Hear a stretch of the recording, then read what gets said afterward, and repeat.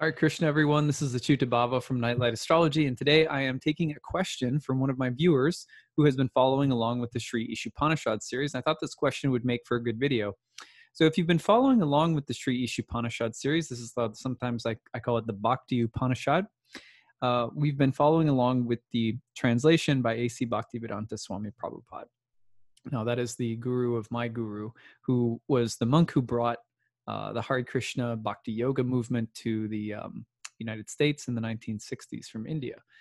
Now, if you're following along with this, of course, you're reading the translation of an Indian man who was a luminary, but also, a product of his times, and some of the language that he uses is going to be, according to the time, place, and circumstance in which he was born, in his own unique positioning and stuff like that. So we always have to read contextually when we read, some of the ways in which the yoga scriptures have been presented or explained and so forth. And I say this because this question is about one of the translation conventions that he uses. She says, I have noticed that in Srila Prabhupada's writing, the word sin and derivations thereof are often used. Coming from a Judeo-Christian background, the concept of sin I was fed from that religion was a dark and miserable thing that I was forced to embrace. As in, I was born a sinner who needed saving from my first breath. It took years to become deprogrammed from that damage. So when I run into this word throughout Srila Prabhupada's writings, it makes my stomach lurch a bit and my mind tight. Can you please help me understand what Srila Prabhupada and the Krishna Consciousness movement means when sin, sinners, sinful behavior, etc. are brought up? Thank you so much for taking the time to answer my question. Thank you for all that you do in service. Well, Hare Krishna, and it's a really good question. When I was first reading a bunch of Srila Prabhupada's early translations of the Bhagavad Gita, the Srimad Bhagavatam, the Sri Ishupanishad, and a number of others, and other books that he wrote about Bhakti Yoga in general, I was struck by how lucid and intelligent and clearly he's a saintly personality. And yet also, he was a product of a more culturally conservative Indian environment, and he was also a person. And so just like you or I, some of the language conventions that he used, I'm guessing he wouldn't use today. One of the things that made Srila Prabhupada so entirely unique was the way he was really the first person who was able to sort of repackage and make Bhakti Yoga really hip and accessible and cool to young people in the 1960s. All of the hippies and people who were getting interested in countercultural revolution and rock and roll, like the Beatles. He appealed to them because he was able to take what is in essence a kind of, monastic, romantic yogic tradition, devotional, romantic love of God. And he was able to package it in a totally different world from, a more culturally conservative place in India that people, like if you were raised in India during the 1960s, you'd probably say in some ways, culturally, religiously, and so forth in India, not just in one tradition, but in many traditions, it's much more conservative.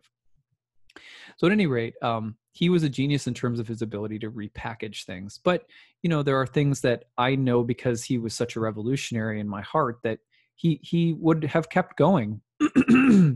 For example, there were his ability to initiate men, women, people of color, people of all different orientations into Bhakti Yoga. He was really the first to do that. He was also, the first to translate so many ancient sacred texts into English. And not only that, but make it appealing to people of all different walks of life. So, I say that first, just kind of in defense of him, because you really have to get to know him very deeply as a person throughout both his literature, but also through the way the way in which he impacted tens of thousands of lives.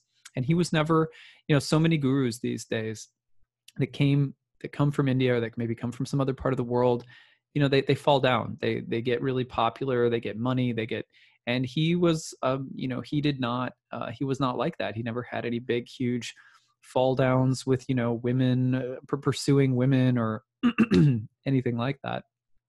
But anyway, all gurus are, representatives of God, representatives of Krishna. And although on the one hand in Bhakti Yoga, we see them as the sort of the messenger on behalf of Krishna. And so there is a sense in which they become the object and focus of our worship. We look at people who are living the path that we're trying to live, and those that are luminaries on that path, they become the object of our own devotional offering. So we offer flowers to the picture of the guru. It's on my own office altar right here, as well as my guru's guru and my guru's guru's guru, and so forth, as well as offering flowers and water and incense and candles to Krishna and Radha and so forth. So, but we also recognize that there's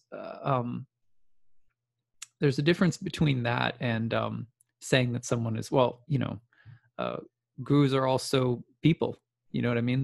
They're people who are doing a service. So the position of guru is a service position, and it's not one that a person necessarily even likes doing. I've heard a lot of gurus in the Bhakti tradition say, it's really hard work because you basically are serving a lot of people by teaching and leading and so forth, but you have to live up to it, and it's hard. And not only that, but you don't always have all the answers, and you're just doing the best you can. So the position of guru is in India is a lot more practical than I think we've made it out to be in the West, where we think of guru as this kind of exalted, saintly halo around the head figure. And in some sense, that's true, but in another sense, like, we have to remember that gurus are just people. And Srila Prabhupada was an outstanding guru and person. But I just say all of that just because, my earliest teachers in Bhakti just told me, like, when you're reading, you're not going to like every translation convention that, that Srila Prabhupada used, or you may find some that don't necessarily carry over in today's world as much. And so that's our job. And Srila Prabhupada said as much, that in Bhakti, it's our job to keep repackaging the eternal teachings to make it palatable and accessible for people in a new moment, in a new, and that was something he charged his disciples with, was basically like, keep making it fresh and accessible for people as the culture keeps evolving. So we have to keep doing that work. Anyway, all of that, though, has really nothing to do with your question about the word sin. So now I want to address that. So Srila Prabhupada was using that language, some of the Judeo-Christian language, because he was speaking to a Western audience, and because he himself had grown up with a bit of a Western education. As there were sort of British colonizers in India, complicated relationship that's really interesting to read about. And if you study his biography, Srila Prabhupada's, his guru's biography, Bhaktisiddhanta's biography, his guru's father's biography, Bhaktivinoda Thakur, the way that they were interacting with the West and the way that they were trying to keep their religious traditions alive and also bring them sort of evangelically to the West is all really interesting conversation, and it's complicated. Srila Prabhupada was an early follower of Gandhi before he became more focused on Krishna Bhakti. So at any rate, the word sin is being used conventionally, or sort of because it's a convenient word that the Judeo-Christian audience would be familiar with. The word sin just means to miss the mark. To miss the mark. Now, this is not the same as, one of the reasons that it can be misleading to use this word potentially is because it can confuse readers who may have come from the Christian background, just as this person did, who asked the question, and they can start thinking of that concept of original sin. Now, there's no such concept in Krishna Bhakti, in Bhakti Yoga. Let's refresh on some of what we know about the soul. One is that it's unborn and undying, which means that it's eternal. It was never born and it will never die. It always has been and it will always be. And its inherent nature, it's always eternally, beautiful, good, divine being. So each of us are, in a sense, whole, complete, and dear to God. And there's nothing we can do to chase the love of God away from us. There's nothing that we can, God will always love us, and we're always loved. And we are made in God's image, and we are made in love. We are eternal, we are unborn, and we are undying.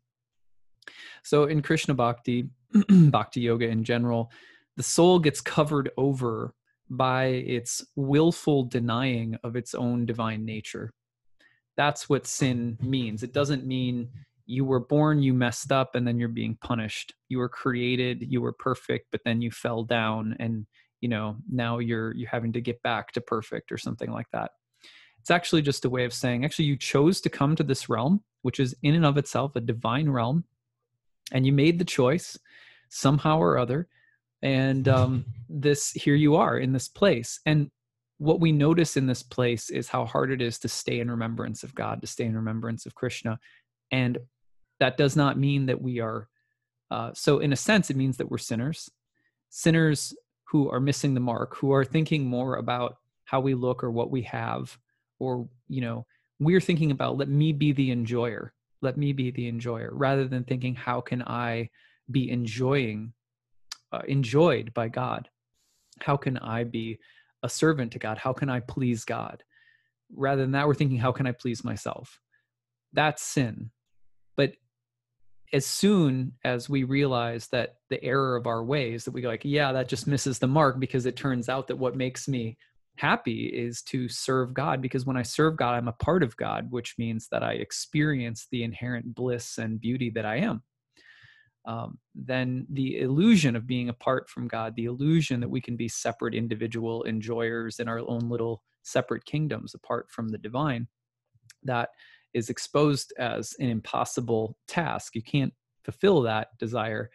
And so, when we let go of it, then we come back to who we really are and what we really are. But it's never a punishment. It's always like, well, actually, this world is created by God for you to experience this attempt to be the supreme personal private enjoyer of your own little paradise. And so yeah, in that sense, Srila Prabhupada uses the word sinner or sinful behavior, serving activity, all of which just means the stuff that we do in an attempt to be separate from God and not serving and loving God, not serving and loving our source, but in deviating somehow. And that deviation is an active choice, but what we are fundamentally is not in question. We are eternal beings who are divine, beautiful, good, always loved. And so there's no like punishment. We punish ourselves by choosing to be apart from God, but that's not to say that we are somehow, that there's something called original sin.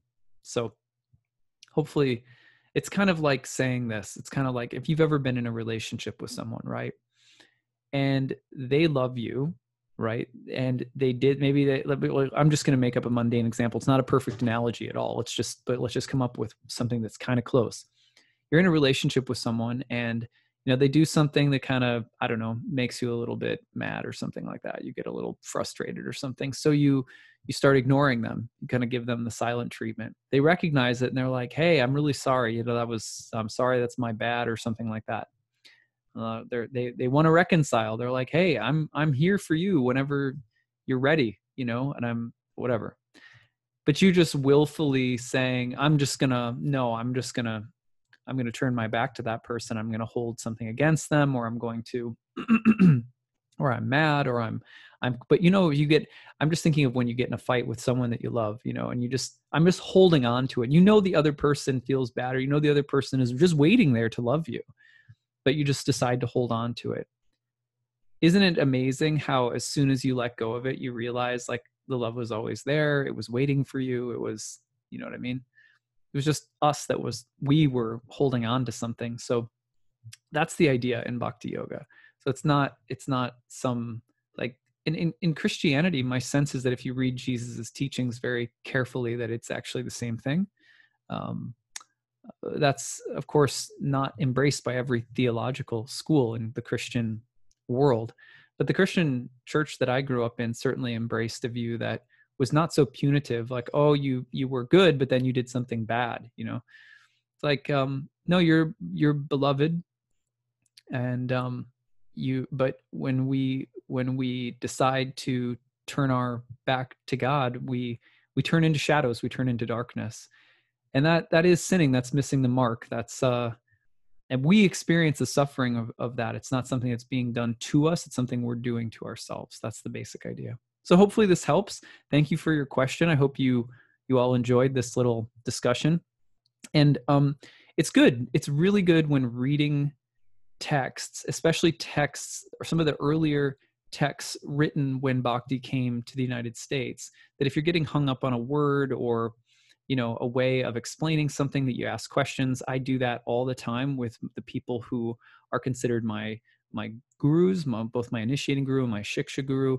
This is part of the path, is to ask such questions when we get hung up on them, because oftentimes it's usually that the language just needs to be turned in a way that a person can understand it a little bit easier, because we're sensitive, right? We're really sensitive beings, and words and language are very powerful. And the way that this gets passed on, the essence, the eternal dharma of the Bhakti tradition is there, but it's also coming through messengers and who are unique to time, place, and circumstance. And we have to kind of filter through that, just as we do with ancient astrology coming into the modern era. So, okay, cool. Well, I hope you guys are having a good one. Take it easy. Hare Krishna.